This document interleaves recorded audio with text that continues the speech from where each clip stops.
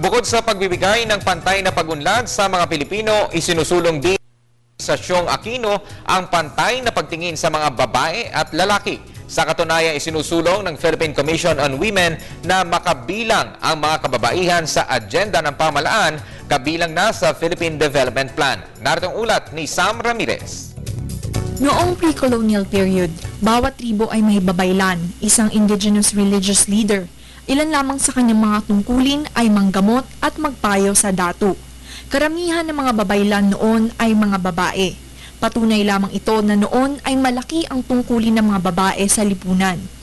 Ngunit ayon kay Emeline Versosa, Executive Director ng Philippine Commission on Women, nagkaroon ng di pantay na pagtingin sa estado ng mga babae at lalaki nang dumating ang mga mananakop sa ating bansa. Pagdating naman nung colonization natin, doon medyo napunta na medyo iba na yung naging pananaw ng lipunan. Hanggang ngayon ay nadala ang pananaw na ito dahil sa iba't ibang institusyon gaya na lamang ng pamilya, eskwelahan at simbahan na patuloy na pinapalakas ang tradisyonal na paningin sa mga babae at lalaki.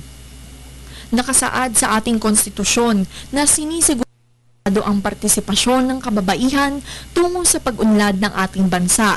Kaugnay nito, noong 1975 ay binuo ang National Commission on the Role of Filipino Women na ngayon ay kilala bilang Philippine Commission on Women.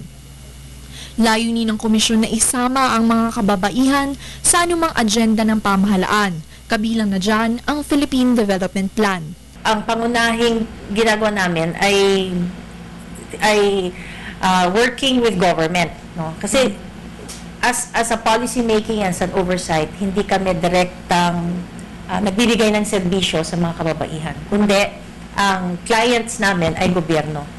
So kami yung nagbibigay ng technical assistance sa mga government agencies to ensure na alam nila yung ginagawa nila in terms of bridging the gap between men and women or removing discriminatory practices. Sa tulong na din ng mga pribadong sektor at ilang pang non-government agencies, marami na din ang napatupad na batas at programa para isulong ang karapatan ng mga babae.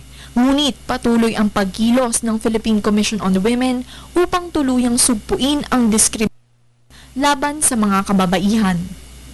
Nag-uulat para sa Telebisyon ng Bayan, Sam Ramirez.